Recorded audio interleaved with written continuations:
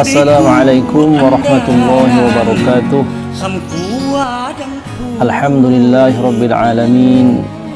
Wassalatu wassalamu ala Rasulillah wa ala alihi wa sahbihi wa mawalah. Hadirin yang dirahmati Allah Subhanahu wa taala. Alhamdulillah, pada pagi hari ini kita bisa melanjutkan kajian kita terhadap kitab Al-Azkar An-Nawawiyah untuk mengisi hari-hari kita semuanya. Pada pagi hari yang cerah ini, meskipun hari hujan, tapi kita tetap melanjutkan kajian kita sebagaimana yang kita jadwalkan. Mudah-mudahan ini semuanya dicatat oleh Allah Subhanahu wa taala sebagai amal yang baik yang akan memberatkan timbangan kebaikan di yaumil kiamat nanti. Amin ya rabbal alamin. Sebelumnya saya menyapa hadirin sekalian jamaah pengajian kitab Al-Azkar An-Nawawiyah, majelis pengajian kitab Fathul Mu'in, pengajian kitab Riyadhul Badi'ah yang ada di seputaran Kabupaten Lampung Selatan, utamanya di Kecamatan Jati Agung. Dan juga tidak lupa saudara-saudara saya sekalian yang ada di kampung halaman Desa Bumi Agung, Kecamatan Belalau, Kabupaten Lampung Barat. Semoga diberikan Allah kesehatan dan bisa beraktivitas sebagaimana mestinya. Amin ya rabbal alamin. Pada kesempatan ini kita akan membahas tentang membaca sholawat di malam Jumat atau di hari Jumat. Masih banyak saudara-saudara kita yang mempertanyakan tentang amalan atau kebiasaan-kebiasaan yang ada di kampung-kampung dan dilaksanakan oleh mayoritas masyarakat di Indonesia berkaitan dengan amalan sholawatan atau membaca sholawat pada malam Jumat atau pada hari Jumat. Maka pada kesempatan ini kita akan membahasnya berdasarkan kitab Al-Azkar An-Nawawiyah yang ditulis oleh Imam Nawawi. Kita buka kitab Al-Azkar min kalami Sayyidil Abror, ta'lif Al-Imamil Allamah Al-Mujtahid Muhyiddin Abi Zakaria Yahya bin Sharaf An-Nawawi rahimahullahu ta'ala, yang lahir pada tahun 631 dan wafat pada tahun 676 Hijriah. Dalam kitab beliau Al-Azkar An-Nawawiyah. Bismillahirrahmanirrahim. Qala al-muallif rahimahullahu ta'ala, nafa'ana Allahu bihi wa bi'ulumihi fid dharain amin. Wa rawaina fi sunani Abi Dawud, kami riwayatkan di dalam kitab Sunan Imam Abi Dawud, wan Nasa'i dan Sunan An-Nasa'i, wa Ibnu Majah dan Sunan Ibnu Majah, bil asanidis sahihati, dengan sanad yang sahih, an Aus bin Aus, daripada Aus bin Aus radhiyallahu anhu qala, radhiyallahu anhu qala Rasulullah sallallahu alaihi wasallam, telah bersabda baginda Nabi sallallahu alaihi wasallam, inna min afdali ayyamikum yaumal jumu'ati, sesungguhnya hari yang paling mulia, paling utama di antara hari-harimu itu adalah hari Jumat. Fa'aksiru alayya minas salati fihi, maka perbanyaklah olehmu semua ke atasku solawat pada hari atau pada malam Jumat itu. Fa inna salatakum ma'rudatun alayya, maka sesungguhnya solawat kalian kepadaku itu ditunjukkan Allah Subhanahu wa ta'ala kepadaku. Faqalu, maka para sahabat daripada baginda Nabi SAW yang mendengarkan ucapan beliau ini bertanya, ya Rasulullah, wahai Rasulullah, wa kaifa tu'radu salatuna alaika wa qad aramta. Ya Rasulullah, bagaimana ditunjukkan salawat kami kepadamu sedangkan pada saat itu qad aramta, engkau telah wafat, maknanya engkau telah berada di dalam kubur. Qala, Rasulullah SAW menjawab, yaqulu balit. Qala inna Allah harrama 'alal ardi ajsadal anbiya. Rasulullah SAW menjawab, sesungguhnya Allah Subhanahu wa taala mengharamkan atas bumi, yakni tanah, ajsadal anbiya, atas jasad-jasadnya para nabi. Maksudnya adalah memakan jasadnya para nabi. Kalau jasad daripada makhluk hidup yang lain, manusia biasa, hewan, tumbuh-tumbuhan dan lain sebagainya, ketika wafat dan dimasukkan ke dalam tanah, maka akan dimakan oleh bumi. Maknanya dia akan melebur menjadi tanah. Adapun jasad dari para nabi, bahkan dikatakan dalam keterangan para ulama itu, jasad para nabi, para wali-wali Allah, para orang-orang yang mati sebagai syahid, mereka jasadnya utuh dan tidak bisa dimakan oleh bumi. Maknanya tidak bisa hancur dan tidak dimakan sebagaimana jasad-jasad yang lain. Maka ketika orang-orang yang beriman solawat kepada Nabi SAW pada hari Jumat atau pada malam harinya, solawat itu langsung disampaikan kepada Rasulullah SAW. Karena pada hakikatnya Rasulullah SAW itu hidup di alam kuburnya.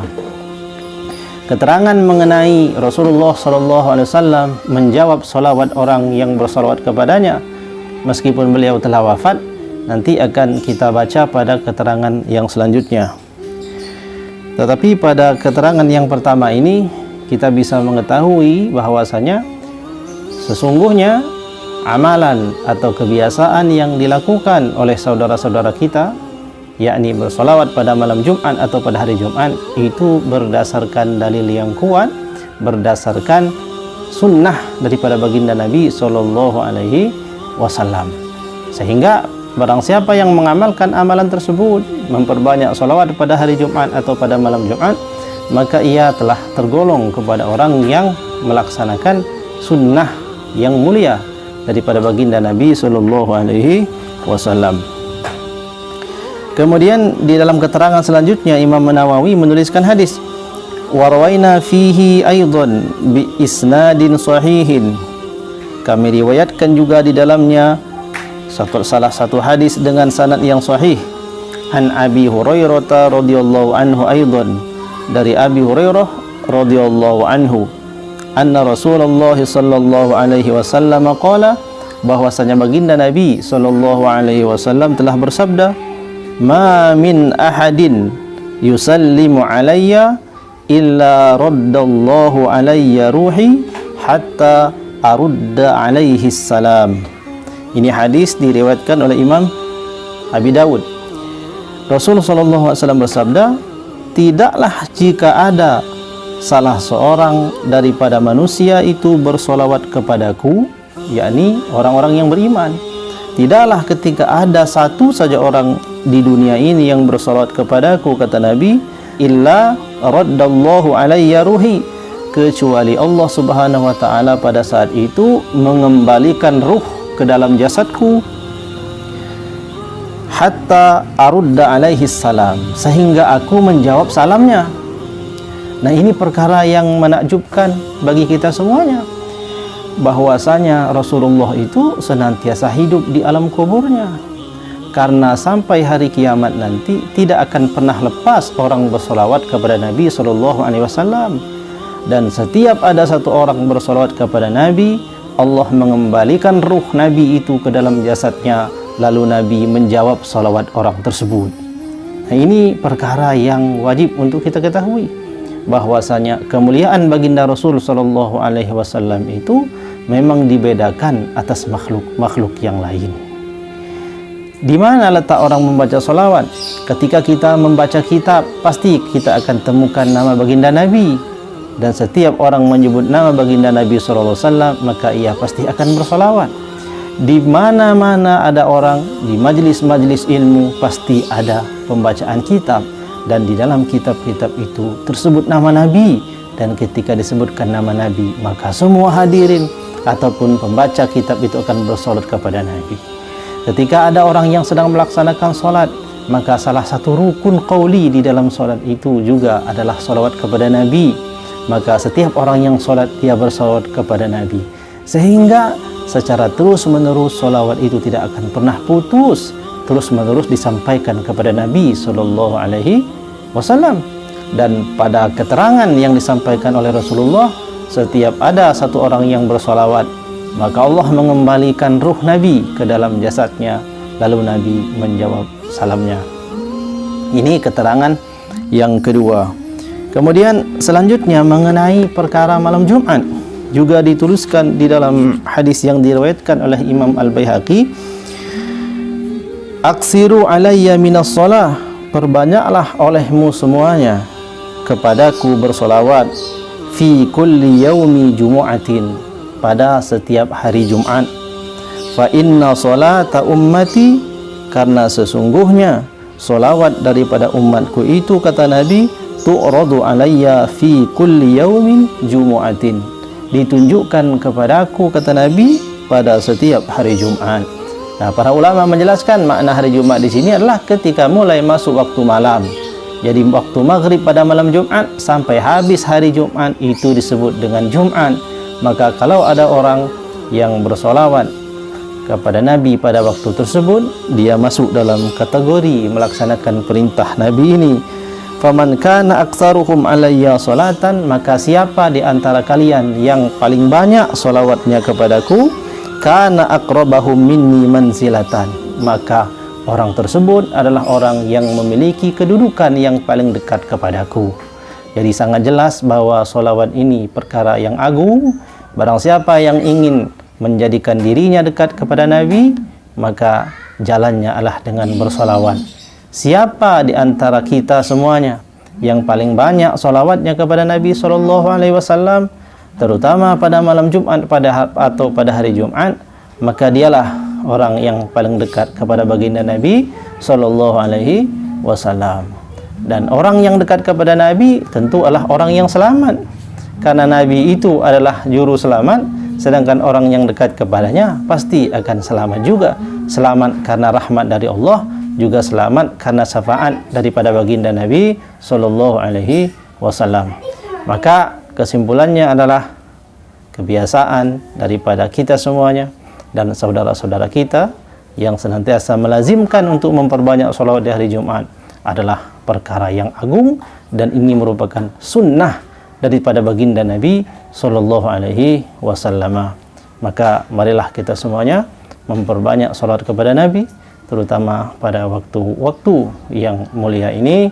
Semoga Allah Subhanahu wa taala menggolongkan kita termasuk orang yang mendapatkan syafaatnya di yaumil qiyamah kelak. Amin ya rabbal alamin.